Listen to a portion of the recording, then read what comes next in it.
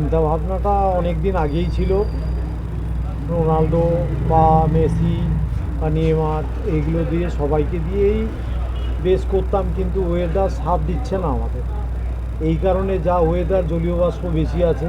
আমি যে মেসিকে করেছি আজকে, আমি একজন মিস্ত্রি, তাতেও আমি বলছি, দোকানের মালিক পক্ষ হয়ে থেকেও আমি বলছি, এটার বয়স আপনি মানে হিসেব মতন দুদিন টিকবে, তার আগেই ফাঙ্গাস, যা বর্ষা তার আগেই ফাঙ্গাস পড়ে যাবে, কিন্তু বেশি করে কিছু বানাতে পারবো না। এই যুদ্ধের আবহাওয়ায় যে একটা শান্তি বার্তা দিতে চাইছে আমাদের ফুটবল বিশ্বকাপ, এটা নিয়েই আমার একটু বলার চিন্তাভাবনা। আমি বলছি এই কারণেই যে পশ্চিমবাংলায় খেলাধুলার, বিশেষ করে ফুটবলের মানটা উঠুক।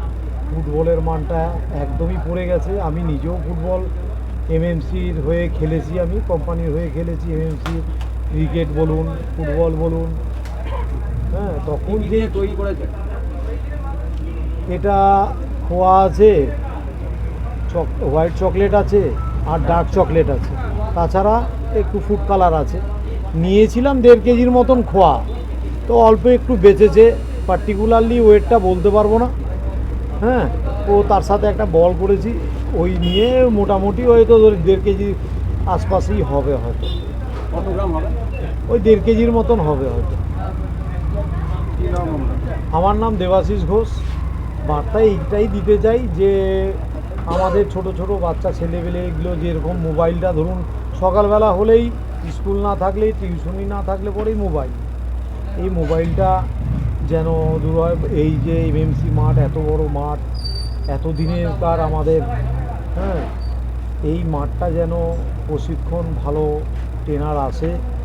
গরিব ছেলে মেয়ে যারা আছে তারা, কিছু কিছু মিডিল ক্লাসের মানে মধ্যবিত্ত পরিবারের ছেলে পেয়ে যেন খেলে, হ্যাঁ, সেই জায়গায় ভালো মতন উঠতে পারে, এটাই আমরা চাই। কেন যেইভাবে ফুটবলের বা ক্রিকেটের মান পড়ে যাচ্ছে পশ্চিমবাংলার, বিশেষ করে আমরা তো খেলাধুলা করে এসেছি, সেই জায়গাটাকে আমার মনে হচ্ছে এখন থেকে একটু ওঠানোর দরকার সেই জায়গাটা থেকে।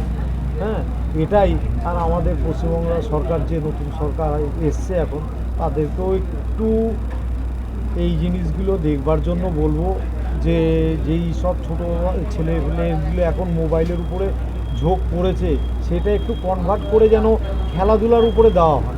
তাতে ওদের পড়াশোনার মনের সংযোগটাও বাড়বে, আর খেলাধুলার মানটাও বাড়বে।